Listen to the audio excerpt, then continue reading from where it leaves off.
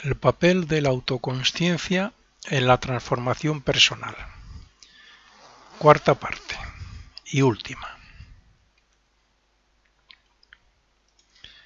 Quien esté interesado de verdad en alcanzar cierto grado de transformación, que es lo que yo trato de explicar o de enseñar o dar algún consejo a través de la mayoría de mis grabaciones, pues debe saber que la mejor manera de desarrollar el yo superior es recordándonos, siendo autoconscientes como yoes, y autoobservarnos para eliminar los rasgos, el material psicológico adquirido, las actitudes y hábitos personales, etcétera, etcétera, con las que nos identificamos. De esta forma damos cumplimiento también a las frases de Cristo cuando se refería a que una semilla no puede dar frutos si antes no muere. Por tanto, lo mismo que el cuerpo físico muere para que el ser recoja el fruto de la vida pasada, asimismo durante la vida, a una mayoría de edad considerable, es cuando mejor estamos preparados para facilitar la expresión del yo superior y cuando nos es más fácil ser autoconscientes. Cuando conseguimos esto, aunque sea en un mínimo grado, es cuando más nos damos cuenta de qué hacemos y cómo nos expresamos de manera contraria a lo que deseamos, por no decir que somos utilizados para comportarnos de mil maneras. ¿O no es cierto que todos tenemos choques entre la personalidad que comete errores y la conciencia que nos advierte antes de cometerlos y nos regaña después de haberlos cometido? Esa es la lucha del bien y el mal en nosotros mismos. Por eso debemos observar todos esos rasgos característicos personales para superarlos y hacer que nuestro desarrollo no sea el personal ni el material, sino el espiritual. Porque haciendo esto, todo lo demás se nos dará por añadidura, como está escrito. Es viendo cómo se comporta la personalidad y no colaborando con su instinto, ni con sus hábitos negativos, ni con su palabrería innecesaria, cómo podemos cambiarla gracias al discernimiento interno. Uno de los hechos más notables que como resultado del trabajo que aquí aconsejo sobre la personalidad es que se es más feliz internamente. Alguien opinará que es feliz siendo como es y llevando la vida que lleva. Pero yo no me refiero a esa felicidad. Cuando una persona lleva años esforzándose por desarrollar el yo superior, por identificarse con él, o por representarle aquí, en vez de dejarnos llevar por todas esas cosas que yo llamo inconsciencia, se esfuerza por vencer el comportamiento erróneo de la personalidad, entonces se da cuenta de que lo que hace feliz a la personalidad es temporal. Eso que muchos piensan, que dicen que son felices, eso es temporal. Y tiene un límite, mientras que la felicidad que siente, como resultado de su esfuerzo y de su persistencia en el trabajo, es perdurable. Ese es en el caso nuestro. La persona que se esfuerza desde que se levanta en autocontrolarse. Es decir, la felicidad personal ya no aumenta, mientras que el trabajo interno nos permite ver que esa felicidad solo eran artimañas para mantenernos contentos y salirse con la suya. Hay personas que se pasan toda su vida así, simplemente viviendo la vida y disfrutando de lo que pueden. Cuando somos jóvenes, generalmente nos hacen felices muchas cosas, y más aún si son diversiones e incluso hechos irresponsables, que en ese momento pues lo vemos bien. Pero la simple madurez intelectual nos enseña que esa clase de comportamiento no es el correcto. Pues bien, lo mismo ocurre respecto al trabajo que hacemos sobre la personalidad. Y lo mismo ocurre respecto al yo a través de sus renacimientos. Según vamos progresando y venciendo los malos hábitos y los automatismos, vamos comprobando que solo nos traen disgustos y que solo cuando somos conscientes de nosotros mismos y de nuestras expresiones, sentimos algo de lo que es la verdadera felicidad. Esto es algo así como cuando uno hace una buena obra. Aunque solo sea pasar por al lado de un mendigo, que otras veces hemos pasado al lado de otros y hemos sido indiferentes. Pero hay veces en que incluso hemos dado unos pasos más allá y algo nos dice, no, vuélvete y dale algo. O hemos ayudado a una persona mayor que necesita ir a un sitio y no tiene quien la ayude o quien la lleve o quien la pueda hacer esas gestiones. Y lo hacemos. Y cuando volvemos, sin necesidad de pensar egoístamente porque hemos hecho una buena obra, algo en nosotros nos hace feliz. Pues a eso es a lo que me refiero. La felicidad personal es la que se obtiene de cómo le trata la vida a uno o de cómo ese uno disfruta de ella y de los placeres, de acuerdo a sus posibilidades. La felicidad interna es la que se obtiene según vamos venciendo esos deseos de placeres y de felicidad personal. Es otra clase de felicidad. La verdadera felicidad no depende de la vida externa, sino de la interna. Ni tampoco depende de lo que nos pueda suceder, sino de las causas y del trabajo interno que nosotros hacemos con tal de acercarnos al yo superior. Y para conseguir esa felicidad, tal y como estamos hablando a lo largo de todas estas grabaciones, tenemos que hacer esa transformación basada en la consciencia, un cambio de consciencia. Ser conscientes y dejar de ser inconscientes, dejar de estar dormidos, dominados por todas esas cosas que nos dominan todos los días. Podríamos también mencionar aquí aquel pasaje bíblico donde Cristo expulsa a los mercaderes, porque no compartían sus actitudes o las leyes. Esto, hay personas que lo interpretan como que se refería a la personalidad misma. Los mercaderes son el aspecto interno, la mente y el cuerpo de deseos, cuando están dormidos y actuando a su manera. Engaños, robos, estafas, fraudes, mentiras. Pero cuando el yo llega, que es el que respeta la ley, que es el que actúa con naturalidad y de acuerdo a lo espiritual, intenta expulsar a esos mercaderes, que no es otra cosa que, tal y como estamos hablando en estas conferencias, expulsar a esos yoes. Cuando cualquiera de nosotros actúa como esos mercaderes indecentes y egoístas, andamos por esos barrios bajos, donde no podemos encontrar nada más que delincuentes y problemas. Cuando uno piensa o cuando uno cae en un vicio y se junta con personas que tienen esos mismos vicios, pues es muy difícil salir. Y caemos y nos metemos más en ese ambiente y podemos llegar pues a hacer verdaderas barbaridades. Es decir, cuando nos fiamos al 100% de la personalidad y seguimos sus directrices más bajas, no nos pueden traer nada bueno ni podemos recibir ayuda de nuestro yo en forma de intuición ni de inspiración, como algunas veces pasa. Para recibir ayuda de arriba debemos andar por mejores sitios, o sea, tener mayor control sobre la personalidad. ¿Qué significa esto?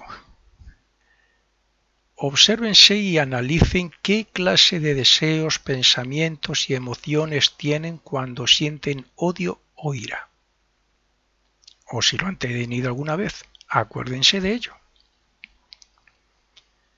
¿Cuántas veces han actuado de tal manera que cuando ha pasado todo se han avergonzado de su comportamiento? Creo que a todos nos ha podido pasar alguna vez. Luego entonces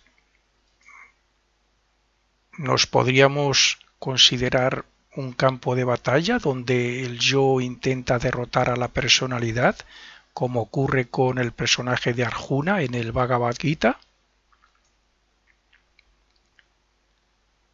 El Bhagavad Gita también trata precisamente sobre eso, la lucha del yo superior, del ego, contra todos esos yoes.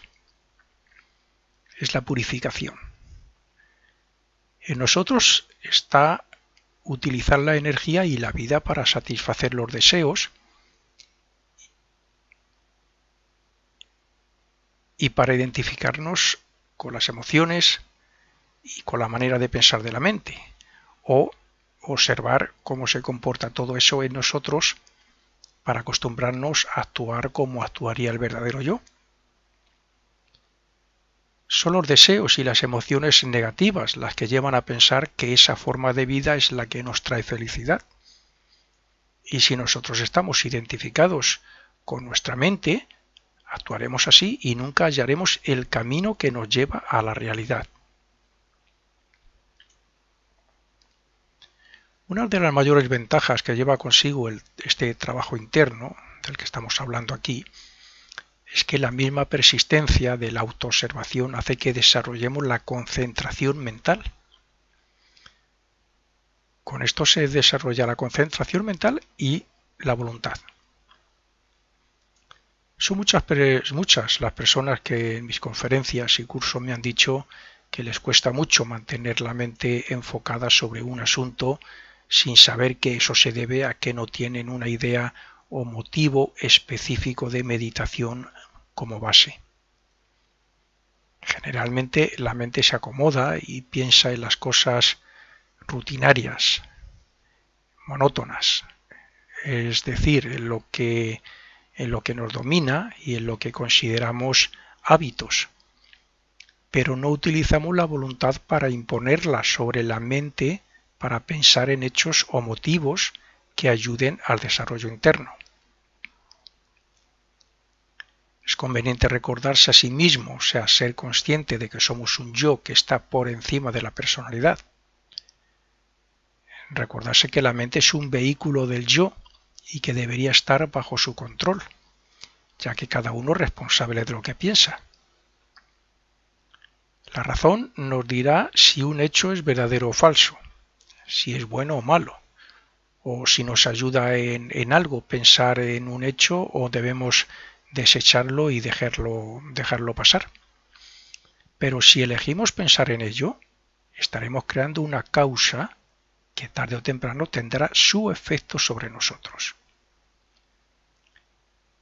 Ante la ley de consecuencia no podemos disculparnos y decir que no nos dimos cuenta de que la mente, por ejemplo, pues estaba criticando, porque la crítica es un defecto que debemos superar con la voluntad. Así es que cuando la personalidad practica muy a menudo algún tipo de maldad, es lógico que atraiga hacia su aura toda negatividad relacionada con la que él tiene. Y por eso deberíamos concentrar o enfocar la mente sobre uno mismo, en sí mismo. La concentración de la mente por parte del yo para la observación de ella misma con la intención de eliminar lo negativo de la personalidad no sólo eleva la conciencia personal, sino que también atrae vibraciones del ambiente donde nos encontramos que estén en sintonía con las que expresamos y llevamos en nuestra aura.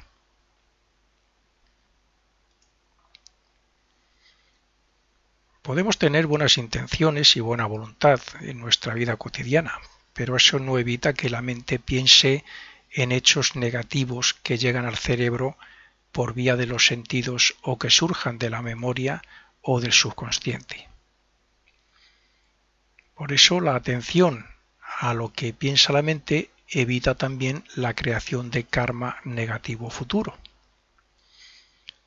Nosotros, o mejor dicho, nuestra mente, no debe pensar en lo que ve en el mundo de una manera automática o instintiva, porque entonces las cosas del mundo entorpecerían nuestro progreso espiritual. Por tanto, debe existir en nosotros un discernimiento interno para que la elección de lo que debemos o lo que nos interesa pensar sea correcta. Nosotros somos un mundo que funciona, que expresa emociones, deseos y pensamientos, como sabemos, dentro de otro mundo. Y dentro de nosotros, a nivel celular, hay otro mundo que depende de lo que nosotros somos, lo que nuestros cuerpos sean y expresen, claro, en sentido físico, emocional y mental. Con la diferencia entre ambos de que nosotros tenemos una voluntad que puede controlar a la mente y al cuerpo emocional, y sin embargo las células no la tienen y están más limitadas en su acción y en sus afinidades. Así nosotros podemos evitar relacionarnos con cierta persona que sabemos que nos perjudica y la célula actúa instintivamente bajo la influencia de otras leyes, pero de acuerdo a las oportunidades que nosotros la demos. O sea, de si llevamos una vida sana o nos creamos enfermedades porque no nos cuidamos, entre otras muchas opciones.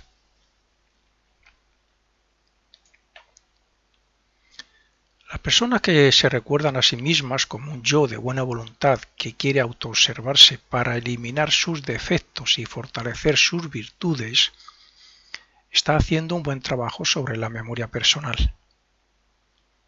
Estas personas se están fortaleciendo o sentando las bases que formarán una memoria llena de positivismo. Pero las personas que están dormidas respecto a estas enseñanzas y que solo se preocupan de vivir la vida material y del placer,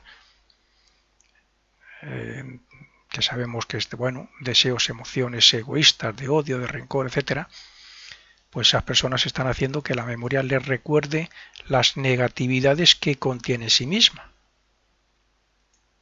Esto significa que si una persona así no se autoobservara, pasará y terminará su vida dominada por los hechos y tendencias de las cuales tendrá que dar cuenta después de la muerte del cuerpo físico. Cuando una persona común, que no se esfuerza por progresar moral, intelectual ni espiritualmente, se guía por lo que tiene guardado en la memoria y no utiliza su discernimiento ni su buena voluntad, lo más probable es que termine su vida con poco beneficio para su yo superior. Cuando nos autoobservamos para ver qué yoes nos dominan y cómo lo hacen, también nos podemos sentir la pequeña voz de la conciencia, del yo superior, que nos indica qué trabajo debemos hacer o al menos qué nos debería preocupar respecto al progreso espiritual. Y aquí también juega un papel importante la memoria, porque nos recordará lo que hemos hecho en el pasado en ese sentido. Si estamos evolucionando, significa que hay una meta o un fin, y ese fin no es otro que transformemos la personalidad en espiritualidad. Pero el lado material de la vida y la naturaleza personal ayudan poco en ese sentido.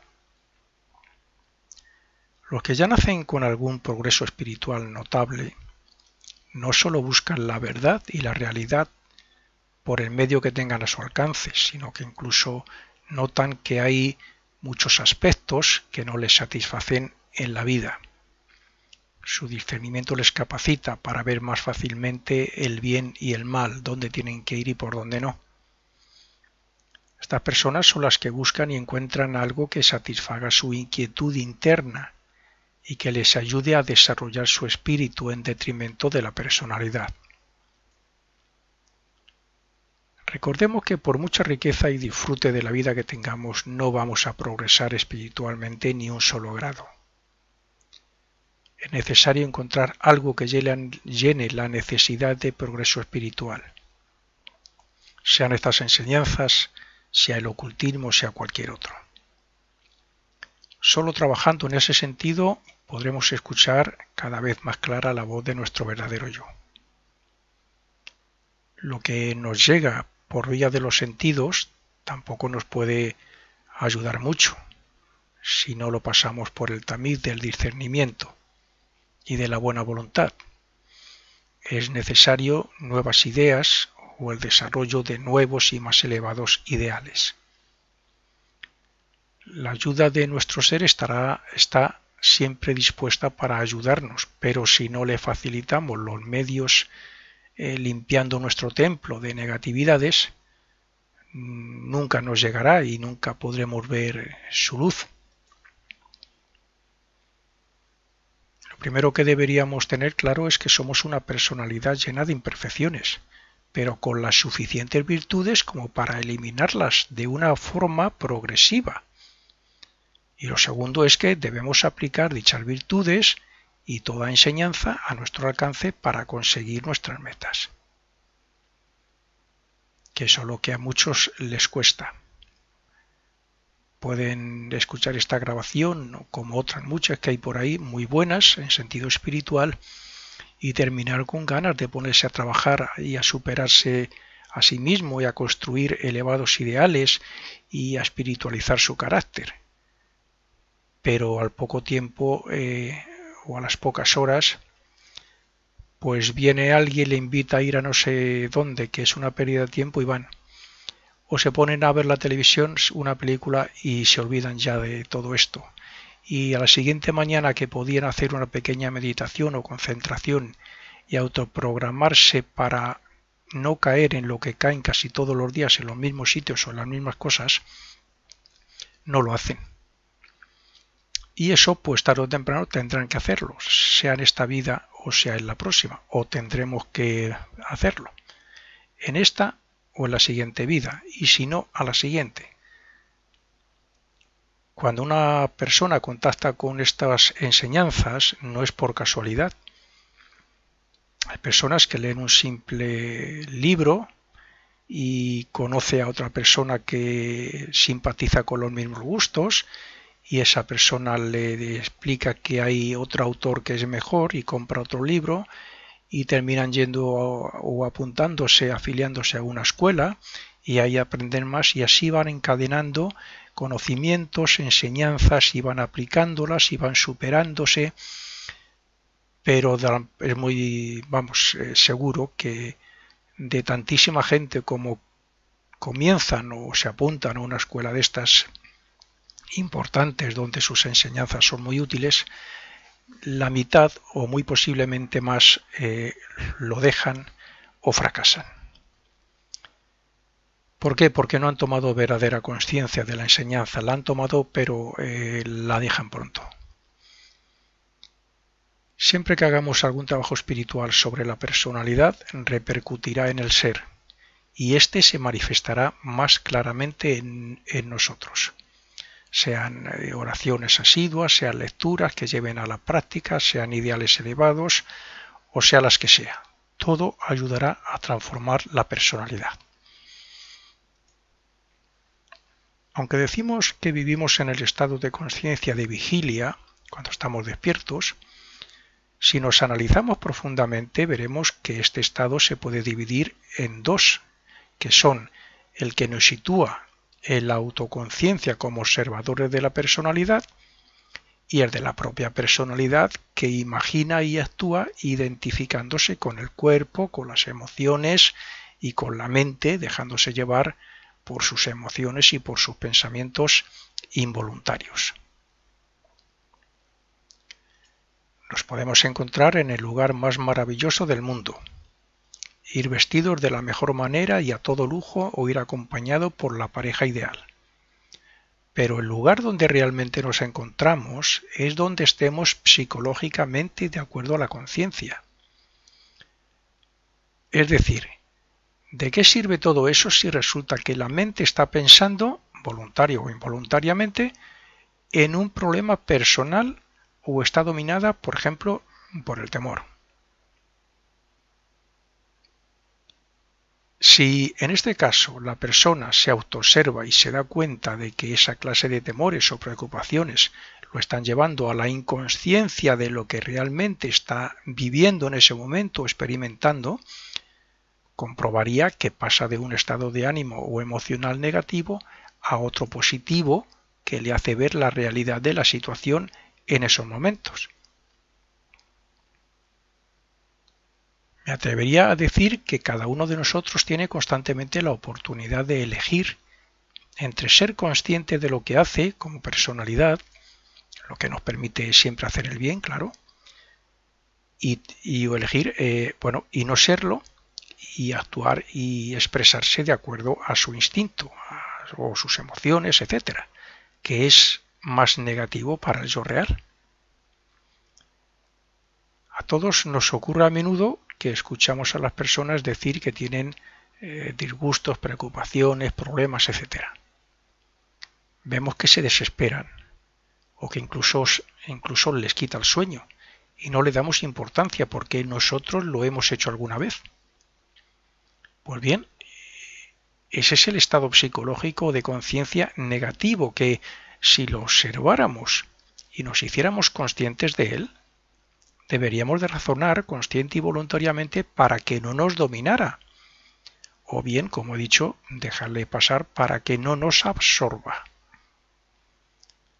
Si nuestra vida estuviera dominada por esa inconsciencia, por esas emociones o por la propia mente automática, nos pasaríamos gran parte del tiempo disgustados y amargados, porque un estado emocional negativo lleva a otro o crea otro de similares características.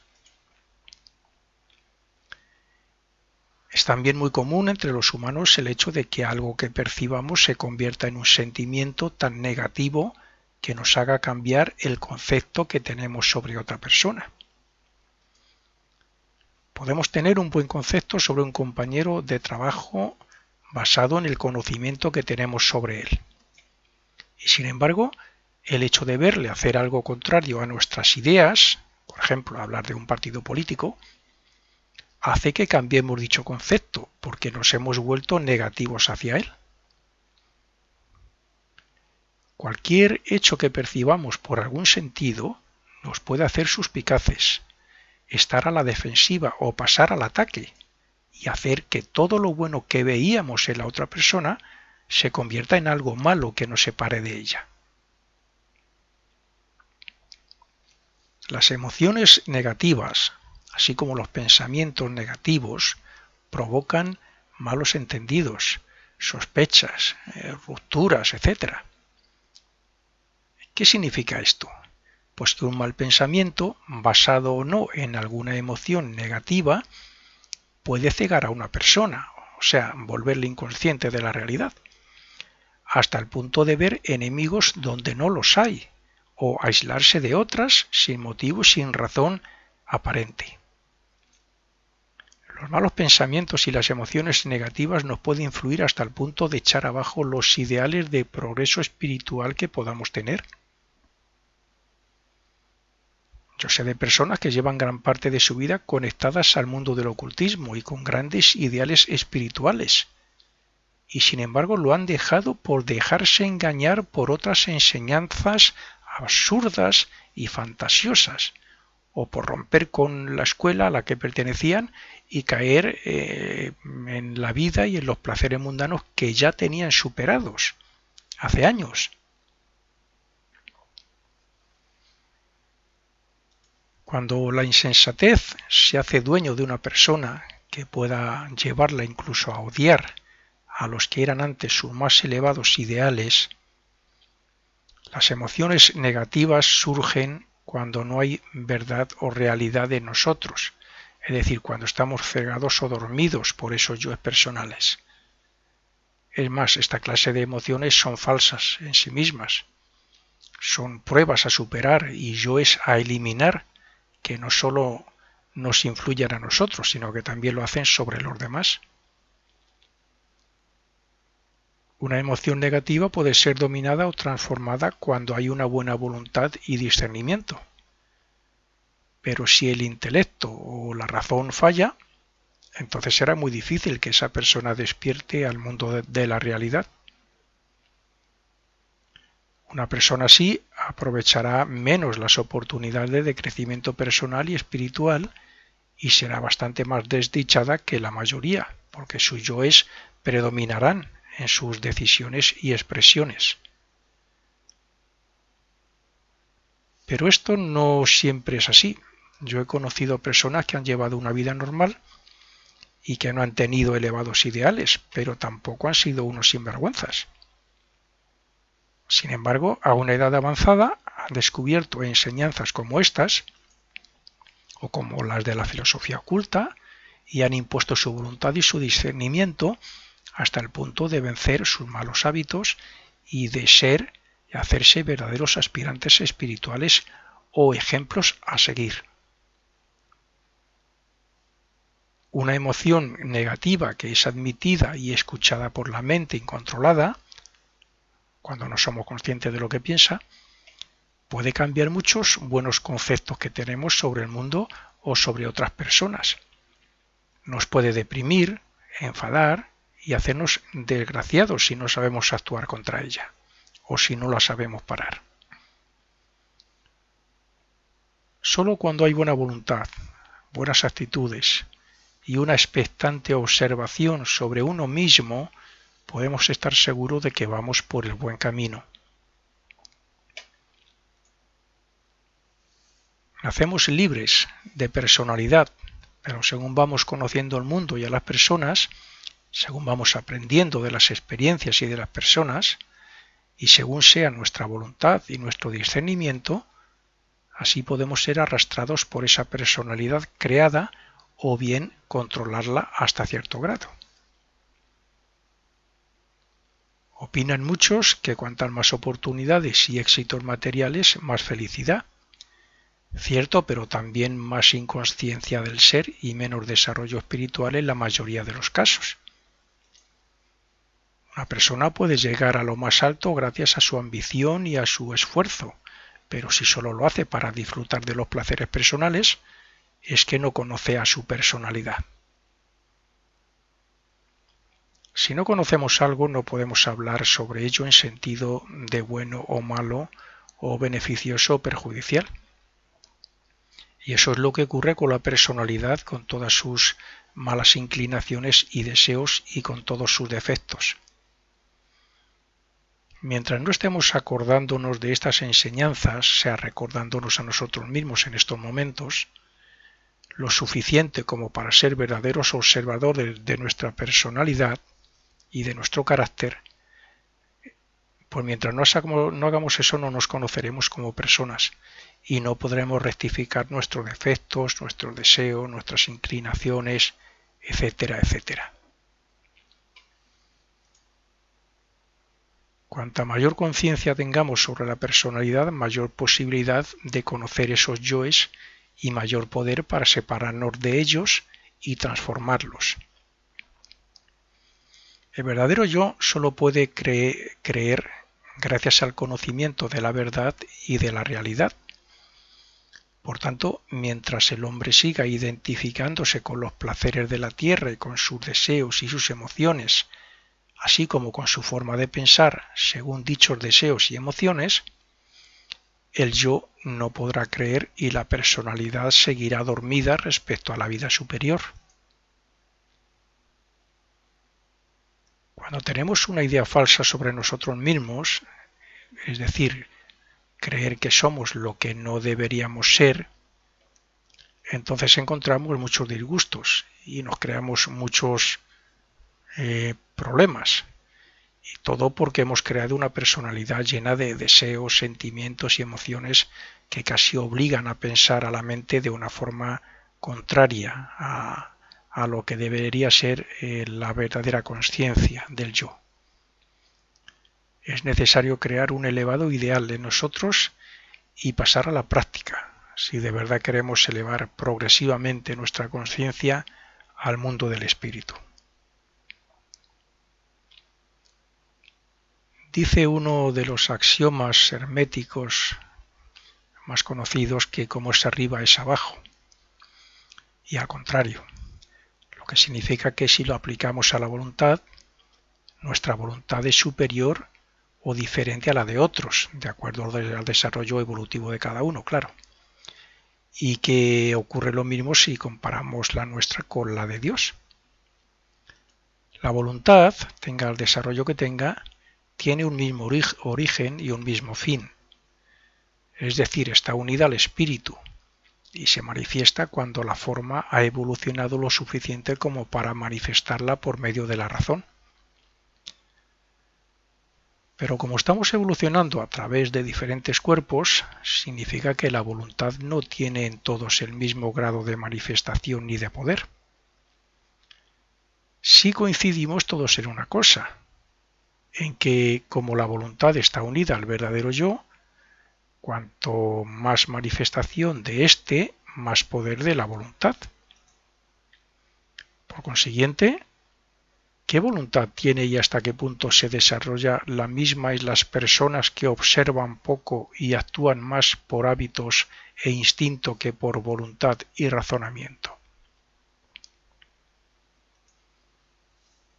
La persona que se autoobserva y se autoanaliza poco se puede pasar todo el día criticando a los demás y fijándose en sus defectos y vivir tranquilamente, casi sin darse cuenta de lo que está haciendo. Pero quien se autoobserva y quien está expectante sobre sí mismo, ocupando la posición más elevada que puede de su propio yo, estará eliminando esos defectos a la vez que desarrolla la voluntad. El mineral y el vegetal no tienen deseos ni voluntad. El animal tiene deseos.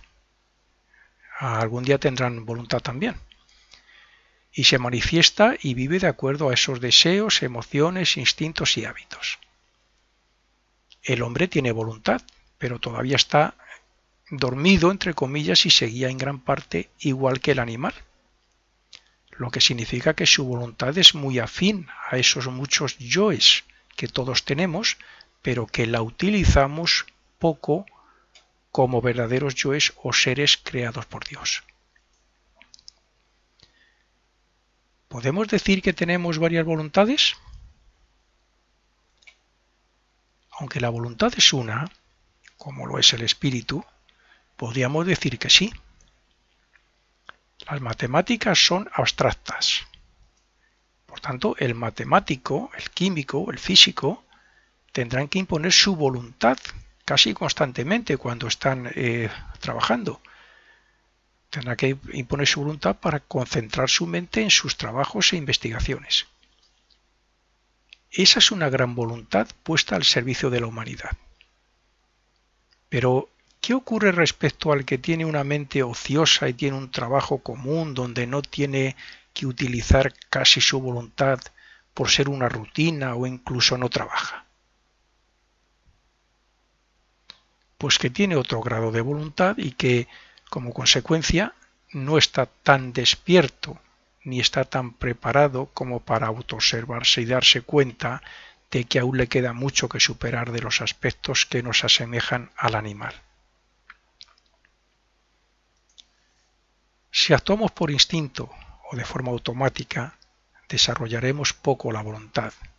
Pero si nos identificamos con, por ejemplo, el impulso incontrolado, el instinto, este se impondrá y tomará el lugar de la voluntad.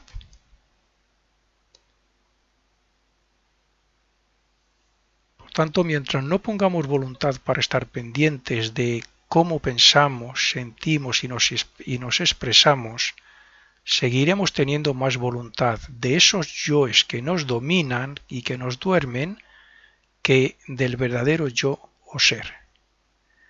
Y si no hay voluntad de cambio, tampoco habrá desarrollo del alma. Fin de la cuarta parte.